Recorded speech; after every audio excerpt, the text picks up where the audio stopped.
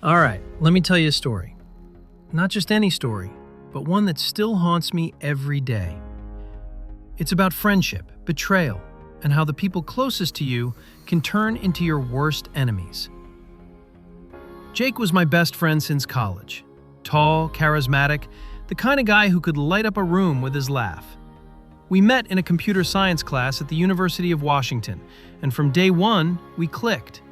We shared a dream, to build something big together. So, after graduation, we started a tech company in Seattle, working out of a cramped apartment, fueled by cheap coffee and stubborn ambition. Emily came into the picture a couple of years later. She was Jake's girlfriend, then fiancée. Quiet, sweet, the kind of person who seemed to balance Jake's wild energy. I liked her at first. She was polite, always smiling, and I thought maybe this was the start of something good for all three of us. But things started to shift. I noticed little things, missed meetings I wasn't invited to, clients who suddenly stopped returning my calls. I shrugged it off, thinking maybe I was just stressed. Then one morning, I woke up to find my laptop wiped clean. All my work gone. Someone had accessed my accounts without me knowing. I confronted Jake casually, hoping it was just a mistake. He laughed it off, said I was being paranoid. But then the real nightmare began. The CFO called me into a meeting and showed me transaction logs. $20,000 missing from our company account, transferred to an unknown destination. And the trail led straight to me. Me? Stealing from the company I co-founded? From Jake? It made no sense. I begged Jake to believe me, but he avoided me. Emily stopped speaking to me altogether. Suddenly, I was the bad guy.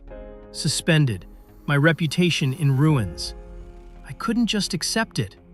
I started digging, checking logs, tracing IP addresses. Then I found it. A login from Jake's home IP at the exact time the money was transferred. Jake had framed me. When I confronted him, his smirk was chilling. He said he was tired of being second best, that I was holding him back. He admitted sabotaging my meetings, deleting my files, planting evidence to push me out. My world crumbled, but I wasn't done. I gathered proof, screenshots, emails, hired a private investigator. Turns out Jake and Emily had been stealing money for months, covering their tracks. Then came the wedding day.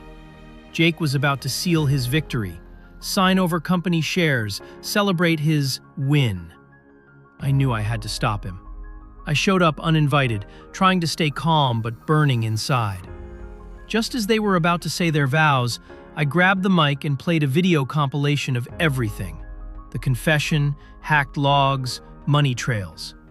The room went silent. Emily started crying. Jake's confident smirk vanished. I told everyone how he betrayed me, framed me, and tried to steal everything we built together. I wasn't ruining a wedding. I was reclaiming my life. Security escorted them out.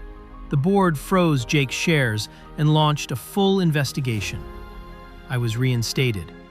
But the victory was bittersweet. I lost a friend, a partner, a dream. The scars run deep. Looking back, the worst betrayals come from those closest to us. Trust isn't given lightly, it's earned and guarded fiercely. And here's the kicker. I later found out Jake was secretly selling our code to a competitor. That was the final nail in the coffin. Emily disappeared from our lives. He even spread rumors about me, saying I was unstable, unreliable, to isolate me before the strike. Sometimes the people you trust the most are the ones who hurt you the deepest. But revenge? It's not about destruction. It's about reclaiming your story and your dignity. I've spent countless nights replaying everything, wondering if I missed signs or could have stopped it sooner. But Jake was a master manipulator. He knew exactly how to push my buttons and make me doubt myself. Emily? She was his quiet partner in crime, always one step behind the scenes. The hardest part wasn't the betrayal itself. It was watching people I trusted believe his lies over my truth. But standing up at that wedding, exposing everything, it was the only way I could take back control. I didn't just save my career, I saved my sanity. So yeah, maybe I ruined a wedding, but I also stopped a snake from destroying everything I'd worked for. And now, I'm rebuilding, slowly. Trusting again is hard, but I'm learning. Because if there's one thing this taught me, it's that sometimes the hardest battles are the ones inside your own circle. Thank you for listening to my story. If you liked it, be sure to like the video and subscribe to the channel for more stories like this.